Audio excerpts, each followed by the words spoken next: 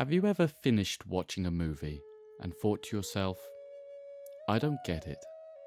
It's quite a frustrating moment.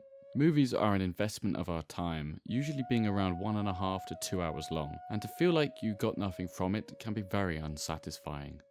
It can also make you feel pretty stupid as well. Like, oh, is this movie too difficult for the little baby? Would you like to watch some Marvel movies instead? These are the thoughts I had recently when I watched the 1997 Ang Lee film, The Ice Storm.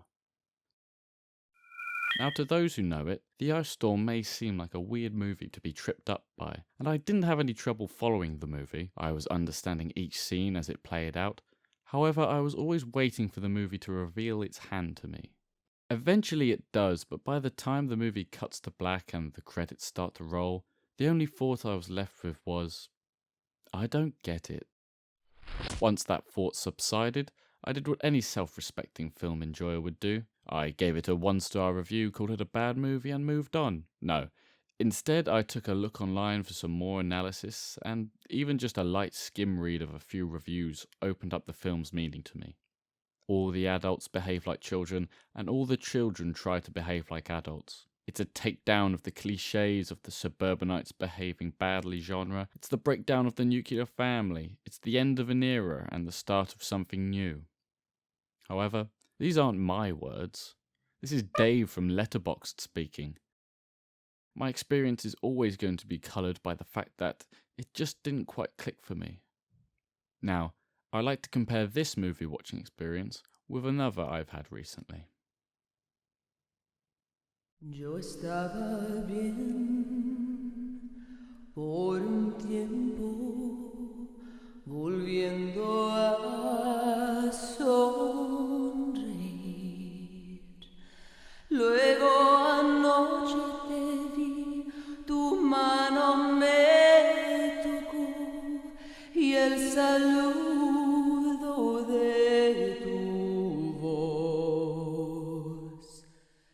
Often considered to be David Lynch's masterpiece, Mulholland Drive has been baffling moviegoers for years. It has been broken down and analysed 100 different ways, with its unique style giving way to many different interpretations. The plot is very much non-linear, and characters act and interact in strange ways that leaves meaning very much up in the air. However, when the movie ended, I wasn't thinking, I don't get it. Instead, I was asking myself, did I get all of it? Now, this was my first ever Lynch film, but I was not unprepared. I went in on high alert, preparing myself for a weird experience and to look out for any hidden meanings or moments that would reveal the plot. By the time the credits were rolling, I had constructed an interpretation which made sense to me, but I still had a nagging feeling that there was more to the movie that I hadn't yet discovered, with a few specific images still leaving me confused. So I looked up a few common interpretations and breakdowns, and turns out I had understood more than I had realised, with the images that had stumped me proving to not be that central to the understanding of the plot. But despite this pleasant surprise, I realised that, just like The Ice Storm, I hadn't left the movie fully satisfied, and had been forced to reach out for external validation. So, here we have two movies. One I didn't get, and the other I didn't know that I had got. What's the link? Expectation.